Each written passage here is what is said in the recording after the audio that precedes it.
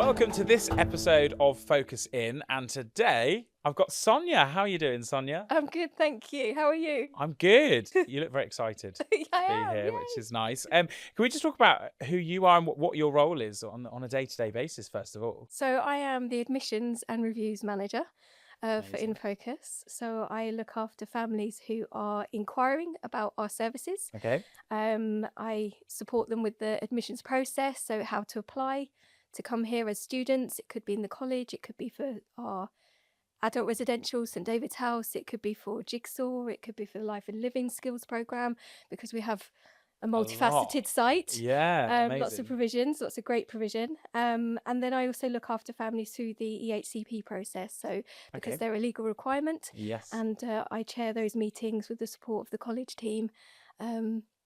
And look after the Amazing. families. And that's a really crucial part. I like that because you're seeing people right at the beginning of the journey, which is exciting. Do you think? Yes, yeah, transitioning. Yeah. See them through the process, see them through thriving at InFocus, and then transition out as Yeah, well. of course. So like the whole through, like whole the thing. process. Yeah, absolutely. And I suppose you see the change, if you like, that transformation and the Lots of difference it growth. makes. Yeah, Lots growth. of That's a growth. good word. Yeah. Yeah, I like that. Today on the podcast, we want to talk about navigating the admissions process for specialist colleges, which I Yeah. feel you might know a little bit about. Yeah. You think? Yeah, I think Yeah. so. I hope so. Brilliant. Let's talk about some advice first of all, if that's Okay. right with you. Just what advice you give to families who are starting to think about post-school options, what's next for their young person. Have you got any advice? So the best place to start is around year 10. So when young people are 14 or 15, and this aligns with the SEND Code of Practice, is to start looking at what's next for their young person, talk to their young person about their aspirations, what makes them happy, what helps them achieve in life. It could be communicative elements, it could be physical elements. There's a whole range of things that families need to consider for their young person. And start looking at settings. The local authority should have a local offer on their sites that Okay. is transparent to all families, and visiting those settings to see whether or not they can meet their young person's needs in their entirety. So any training or educational needs. Yeah. And allowing a lot of time then it seems quite important. Definitely allowing a lot of time. Absolutely. So I It's suppose crucial. yeah, and it's hard sometimes to think, right, I've got to start thinking about that now. So like you say back in year 10, but I think the more time, I guess, Yeah. it gives you more chance to find something that's suitable as well and something that Yes. meets the needs, like you're saying. Yeah, and it's a transformative process, and it can be very daunting. So, Of I'm course. a mum myself, Yeah. and the thought of your young person growing up and going out into the world in some capacity can be quite daunting. So, yeah, having someone who can hold your hand through that, like us at InFocus Yeah. or your current setting, Mm. is really, really important. Definitely. And you mentioned year 10 of being an important time to sort of making that sort of the step of starting to choose. But is there a time, do you think, I mean, maybe even earlier, where you should start exploring sort of There's no harm in post-school options? exploring for sure, and I think families take great comfort in networking with other families. I know some of our young people who have quite significant or complex health needs that are very unique, and I think at times they can feel very alone. So Absolutely. reaching Yeah, out, I yeah. had a family recently who said that until they reached out on social media and found a platform, they felt that they were very much alone, that their young person Wow. was the only one with those conditions. Okay. And they learnt a lot from those platforms, and they're really, really important because that support is essential. Absolutely. And that's a good bit of advice of it doesn't just relate to admissions there in No. terms of reaching out and finding other people, because you get advice in all sorts of different Yeah. parts of Yeah. life there, can't you? If you're just finding people around you that can support you and feel less isolated, think, well, do you know, when that happened, we found that this really worked for us. Yeah. And then when it comes to the admissions process, you've got other people to talk to Yes. as well. Yeah, that signposting is really, really important. And one of the things that we do here is InFocus. We don't just keep it in-house. Okay. We signpost families because we're not working in a silo here. We're Right. working with a community. We're working with, not just other provisions and other settings, but we're working with wider family groups, and we've got that national presence. So it's really That's great. important that we are able to signpost families outside of InFocus and outside course. of the local area And showing to those reach out options. and get that support. So yeah. Awesome. And for people new to this world, us talking about specialist colleges and admissions, some people might be thinking, "Ooh, actually, what is a specialist college? Let alone admissions. What are we talking about here?" So could you give a little bit more background of what that is and maybe who it's for? Okay, so at InFocus, our specialism is visual impairment. So our staff, our teams here, they're all fully trained and qualified to look after young people and support young people with a visual difficulty, a visual impairment, CVI. Other settings might have other specialisms. So, for example, hearing impairment or more complex needs. And a specialist college is designed around young people whose needs can't be met in mainstream. So that's kind of the key element. If your young person isn't able to thrive and have their needs met in a mainstream setting, then you need to be looking at a specialist college such as InFocus. Okay, yeah, and leading on from that, who do you think would benefit more from that? Maybe attending a specialist college as opposed to a mainstream college. Is there people that maybe would particularly benefit from that? So those on an EHCP, Okay. absolutely categorically, Yeah. because those are, as I said earlier, the EHCP is a legal requirement, and settings have to make sure that they are meeting the provisions in Section F. Really, really important, Okay. Section F, and that links to Section B, which details the young person's needs. So Right. those Okay. two work in parallel, and they must work cohesively to support the young person fully. Yeah, and I think when looking at when you're getting into this world of admissions, if you were to look up specialist colleges, it'd be quite daunting because you'd think there are loads here, and they all do different things. They all have their own, like you say, InFocus has got its own specialisms and where their staff are trained to do. And it's a minefield. There's lots to do. So is there somewhere that they should start when they research? Because it's quite hard. You just sit there and think, what do we do? We're looking up specialist colleges here. Where do I start? So is there anywhere that you would recommend in particular of how they get started on this journey of admissions eventually? First thing to do is look at the local offer. We also work closely with NatSpec. So NatSpec's website is really good for advice. Okay. Yeah. IPSI's website is really good for legal advice. So making sure that young person's needs can be met. Checking Ofsted reports. I mean, they're not the be all and end all, but Ofsted gives you a good indicator of how the setting is performing. But also look a little bit deeper than that. Look at parental feedback and surveys that they might be running, the setting might be running, so that you can get a deeper insight as to how the provision is meeting those needs. When they found it, I think you probably have a few options as well. I think maybe there's a few thinking, okay, these work really well. And how do you compare them as well? How do you know if you've got maybe 3 or 4 that are working and it would be suitable? How do you then go about comparing them and thinking this is probably going to be most suitable for the young person so it's really, really important to visit those settings. Okay. And for us, with that national reach, that can be quite challenging. We have families travelling quite a distance to come and see us, so we try and facilitate that as best we can. But go and visit those settings, meet the teams, ask the questions that need to be asked. Don't be afraid to ask those questions. That's a great Your bit of young advice. person's really important, and to us, your young person's really important. So we need to know exactly what you're looking for, exactly what your young person needs, in order for us to make sure that we have the right provision. When people make inquiries to us, I also make it clear that it is a two-way process. This isn't about us saying, yes, we can meet your young person's need. This is about you as a family saying whether or not you feel we can meet their needs. Two-way And it's process, about your young person engaging with our environment. So I do encourage young people to visit with their families. We find lots of families want to visit themselves as parents initially, and I understand that. They want to see for themselves first before they feel if it's the right step to bring their young person along. That makes sense. But bringing the young person along allows the families to see how their young person engages with the environment, how they respond to the different facilities that we have. So what's going on, isn't part there? of our tour that I'll take the families on will be visiting the college. So they'll get to see the classrooms in action. They'll get to meet the students. Our students here are so curious, and as soon as we have visitors walk in, they're all up and asking questions and engaging, and finding who are out you, about where are them. you from, what's your name, and Amazing. are you looking to come here? And then the families can ask Brilliant. the young people questions. Do you think we should come here? And of course our young people all say yes, because they love it here. But they can see our facilities. So you've probably heard already through other conversations, but our swimming pool, our hydrotherapy pool, our mechanical horse, our rebounders, these are all big winners for our young people. Our young people are mad keen on music. So our music centres and our music provision, we've got a 13-acre site with huge horticulture. Yeah. So the young people can engage with outdoor learning as well as indoor learning.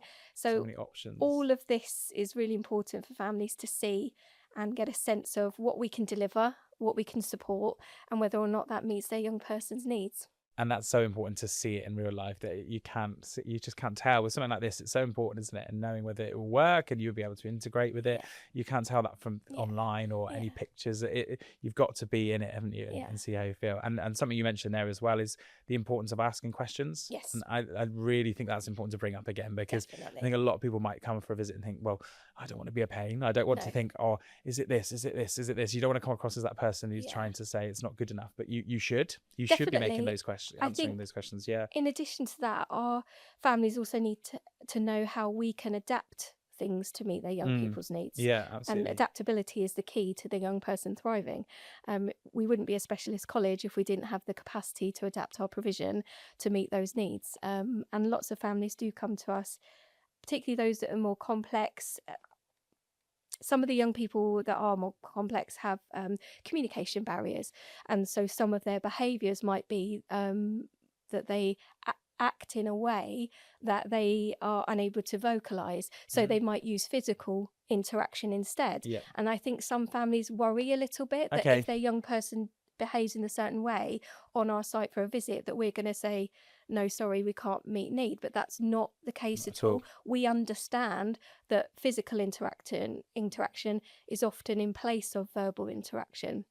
It's a way of communicating. Yeah, it's understanding. We would be failing the young people if we didn't understand that physical interaction instead of vocalization is a way of telling us that they might be in pain, that they might be frustrated, that they might need something, like be hungry. You know, there's a whole range of things that are communicated through a young person's physical interactions that aren't used, like aren't said verbally. Yeah, no, absolutely. And that's really important to know, isn't it? Because it can be quite daunting for the families as well coming. It's not just for that young person, that transition, but for a family, the transition is hard as well. So just make people aware that it's okay to ask those questions. Definitely. It's okay to visit and just do it, basically, isn't it? You know, and just come and see how it goes. Come and see. And as a parent, I said myself as a parent earlier, I think that intuition goes a long way. It's the feel of a place. 100%. You know, it's like when you go buy a house, isn't it? You Yeah. walk into a property, if you can feel that it's the know. right place for you, you know it's the right place for you. And that doesn't change, you know, from setting to setting. So that's a great bit of advice. Absolutely love that. Now, we've talked about, you know, narrowing it down, and then it's important to visit. But say we've got our top two, you know, you've got a couple of, you think these are the two that are going to work for us. What happens next in terms of you've got assessments and the application process? So you've done your visits, you know that, okay, these two are looking great and that the young person really likes this place. We as a family are really, really chuffed with these places we found. So what's next in terms of assessment and application? So comparison is really, really key. It's really important. I mean, I'm quite old school. I do a list of pros and cons, or I might do a comparative list of this place, what this place can put in place for my young person, what this place can do. So compare, make lots of comparisons, and dig deeply. If you need to have further conversations with staff around how certain needs can be met, do that. Ring back up, have those conversations, drop an email, whichever communication method you prefer. The assessment for us, the assessment process is really, really simple. It's after you've had your tour and you're interested, myself and my colleague Rowena will book you in for an admission. So that will be a 2-day assessment process. We're based there's a lovely little bungalow just as you come in onto site, completely private space for the families, fully kitted out, kitchen, bathroom. So it's really private and quiet for the family. And at that point, the family will meet all of our therapy teams and our education teams, and they'll get to ask lots of questions around how we can meet those needs. The therapy teams will ask lots of questions in addition to find out from the family how we can support them and their young person. But I think that's important in terms of tailoring it for the young person. It's not just for, you know, you to be having to do that assessment to see if it's something that you can help with and offer with and if it's the right place, but actually making sure that you can tailor it so it does suit, because everyone is so unique, and that's really important that process allows their journey to be really tailored to them, so they get the most out of it Yeah, and can achieve. absolutely. They get to experience going to the cafe for lunch, and I mean, yeah, I mean yeah. that's a win all round, I was going to say honestly. that would have me absolutely amazing. It's really important, that, isn't it? And you mentioned EHCP Mhm. earlier, and Education Health and Care Plan. A lot of people might not know about that as well. So it's been important to talk about that a little bit more, but also how that works after school. Because I think maybe people are aware of EHCPs in school and how important they are, but how that works after school and how that continues, and does it continue? Does it automatically continue, or was there another process after that? So just to talk a little bit more around that. Sure. So the EHCP, the Education and Healthcare Plan, as you said, is a legal requirement, and it doesn't just stop at 16 or 18. That Right. seems to be quite a myth that lots of families Definitely. believe, or that they're led to believe. And our provision, our college, for example, runs until 25. So young people can retain their EHCP Mm. until including their 25th year of birth. So Okay. it doesn't stop at the academic year before they turn 25. They can continue into education Okay. Yeah. into their 25th year, provided that there is sufficient evidence that the young person is still learning. And that could Okay. be educational, but it could also be training for independence. So Right. Okay. speech and language therapist is a really key one for communication. We Mm. want our young people, and Catherine may have spoken about this in her podcast, but our young people are encouraged to advocate Yes. as Yeah. much as possible for themselves, not just about what they want, but what they don't want. It's Mm. really That's a important. great point. Our young people, we understand our young people to be vulnerable, and we want to know that when they leave us, at whatever age they leave us, that they go out into society able to communicate their desires, their aspirations, and to say when something's not okay and something's not safe.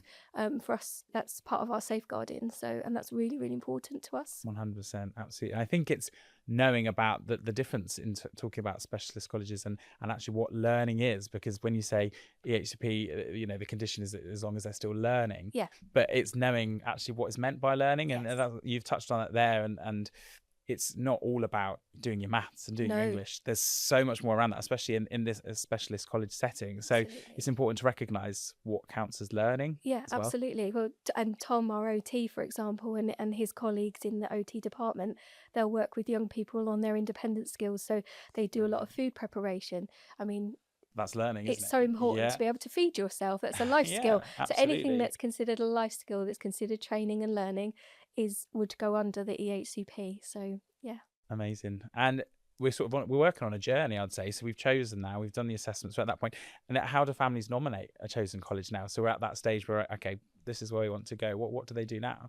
So it would generally be during the EHCP process at their Okay. current setting. So during their next review meeting, they would nominate the next setting to go into what we call Section I. Okay. And the local authority would have to, by law, consult with that setting. So if Right. we were named, if InFocus were named in a meeting, the family said, we've been for assessment, we've been for the meetings, we feel confident that InFocus can meet needs.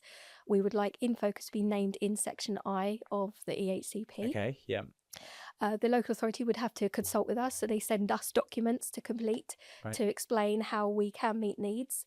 Families need to also do due diligence. So going back to the point earlier of visiting other settings, it's really important that families have other ideas of where can possibly meet need, Okay. Yeah. so that a fair comparison can take place and the local authority can make those decisions. Local authorities will only refuse a setting if it's unsuitable for the young person's age, ability, or special educational needs, and that's really important. But also if a placement is considered incompatible in terms of efficient education of others or use of appropriate resources. So kind of funding, that's what that comes down to. Right. That makes sense. Yeah, if we're considered not financially viable for the young person compared to others, then a local authority can refuse the setting. In which case, if a family is very passionate about their young person coming here, then there is an appeals process that they can follow, and that should be made really transparent by the local authority when they make the decision. And that often means going to tribunal, and that could be very exhausting for the families.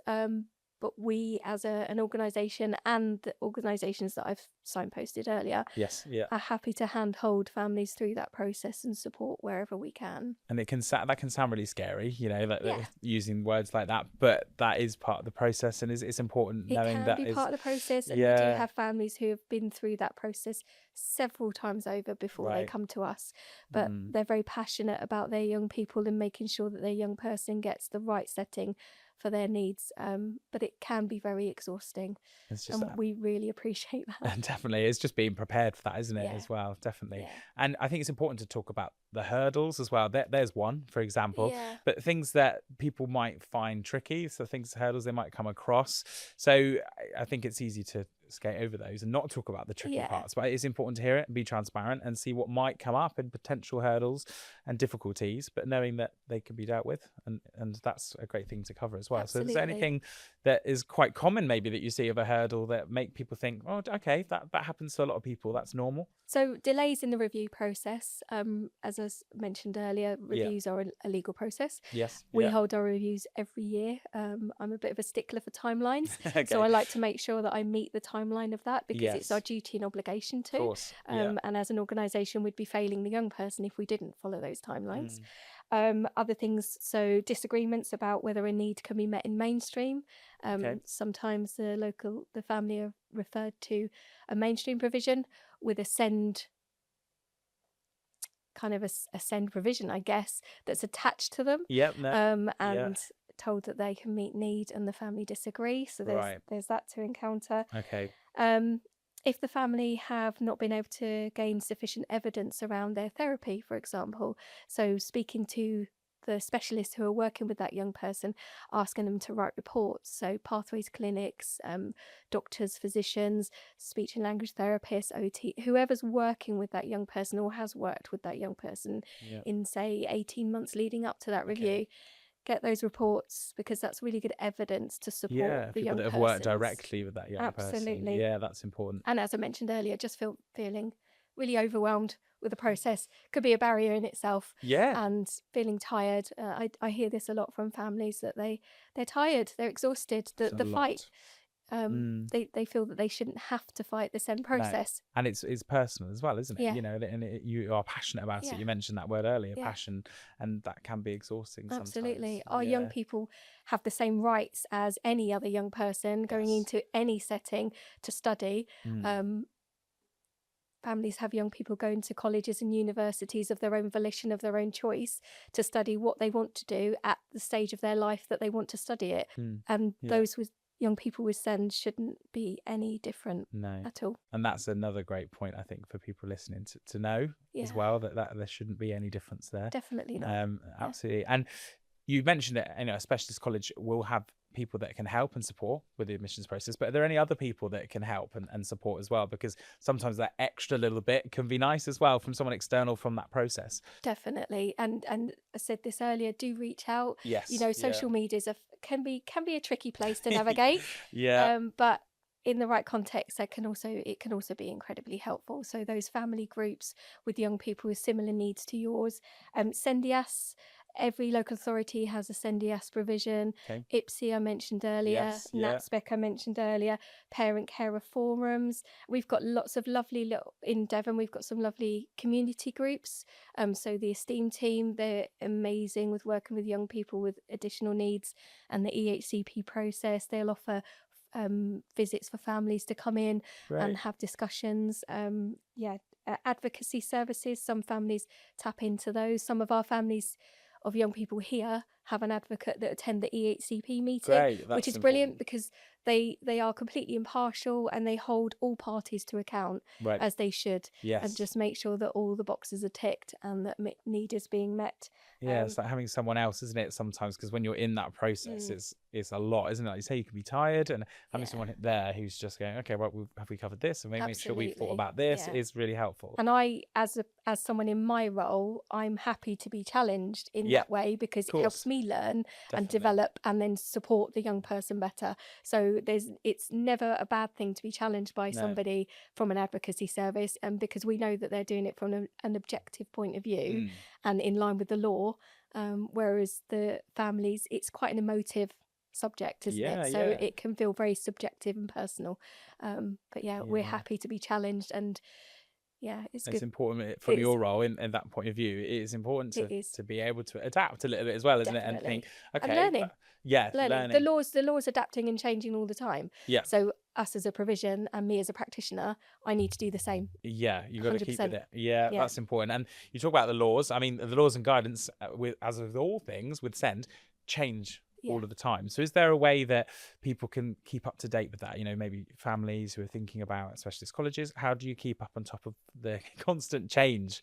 It is constant change. So Yeah. SEND Code of Practice is a really good place to look. The Children and Family Act 2014, IPSI's website. And IPSI's great because it has template letters. Okay, So if a nice. family does need to pursue an appeal in any capacity, or if it's going to tribunal, there's lots of information and resources on there that the families can tap into, create and use for their own needs, which is fantastic. Council for Disabled Children is a good place to go to. The local authority SEND local offer, as I mentioned earlier, and NatSpec guidance on further education. And all of these organisations track legislative process. Easy for me to say. That's a hard legislative updates and offer plain English advice, which that's a really good thing, isn't it? Because sometimes you look at it and you think, that's great, I'm up to date, but I don't know what I'm up to date with because I don't understand what that means. Yeah, absolutely. So that's quite useful sometimes to have something that's just put into terms that everyone understands. Yes, as well. definitely. Yeah, and you know what's happening and know what's going on. Now, I think it'd be nice to talk about, this is the admissions, and we talk about how you find the right place, how do you get into the right place, and then how do you do it. What difference does it make for a young person that getting into somewhere that suits, getting into a specialist college that really works for the young person? So my perception from what I've experienced so far is that it can be just transformative. So you're not just for the young person, but the family as well. Yeah, of course. You know, a safe specialist environment can provide consistent therapeutic support for that young person, can look after them holistically as an individual. You know, we're not, like you said earlier, we're not just talking about education, we're talking about building that young person into the person that they want to be, their aspirations, just reaching their absolute full potential in whatever capacity that might look like. The confidence that we see in our young people as they move through the process, and the trust and confidence from the families in us is fantastic. It's the amazing feedback we get is great. It's always good to get that feedback. And that trust, that's a great point, isn't it? The amount of trust they do put in someone like yourself with the admissions, and knowing that you've got the needs and what there should be, you know, for the right young person, you've got them in. Well, particularly if you've got a young person. So as I mentioned earlier, we're national reach. So you've got a young person who's staying with us as a termly boarder. They might be away from home for the first time in their probably entire life. They might have been at their previous settings since they were 3 years old. So to move to us when they're 16 or 19, big change. It's huge. It's absolutely huge. And so I like to think that we show significant compassion towards that, and empathy and understanding. Our young people, I'm sure, as you've seen around the site and met with them, they just have such an amazing sense of community. It's amazing. They are amazing. They look after each other. They are interested in each other. They absolutely cheer each other on. They are each other's cheerleaders. They are something else. They really are absolutely fabulous. And feeling, you can feel it actually, the community, you know, like there's that it's almost tangible, isn't it? Definitely. They absolutely make this place what it is. And, you know, culture tends to be driven from leadership, and I wouldn't deny that here in any way, shape or form, because it's apparent. But I think the culture for us also is driven from the young people up and filters into every facet of our provision. So it's amazing. And I think everything that we've talked about today, we've covered so much, but actually can still come across as really daunting. Because it's so I've got to worry about SEND changes in law, and I've got to worry about making sure I've got someone for advocacy, and then I've got to make sure I find the right college and I do a tour, and it's a lot of information, isn't it? So have you got some great advice. I'm going to call it great advice, no pressure, but some advice that you can give to families who are just feeling a little bit daunted by Yeah, the whole absolutely. process. So you don't have to know everything. No, And that's I really sit here important. not knowing everything Mm. myself, but being keen to learn and keen to grow and keen to understand. And I think that's really important. Just have that open mind. Yeah. And you don't have to navigate it alone. So rely on people like us, Yep. rely on other families, rely on the specialists that I've signposted through this podcast. Talk to people. As I said earlier, it can be incredibly overwhelming, but there are people, schools, charities, SEND provisions, specialist college, who will literally walk beside you Yeah. and hold your hand through the process. The goal is ultimately always the same. We want you to find the right place for your young person to flourish. And that place does exist for your young person. If it's not InFocus, it will be somewhere else. Yes. But yeah, don't try and do it alone. And I love that point you said there, that there will be somewhere. Yeah. Because there might be people now who are thinking, we're just not finding the right place. This is so hard to do. But it's knowing that you will find the right place. It is a process. It will take time. It will be exhausting, as you've said. But reach out and talk to people. And there's some great people out there who will support you through it. Absolutely. As well. Amazing. Well, there was some awesome advice in that podcast, honestly, and great to talk to you. So thank you. Thank you. And thanks for joining us and talking all about admissions. Appreciate it. Thank you, Sonia. Thank you.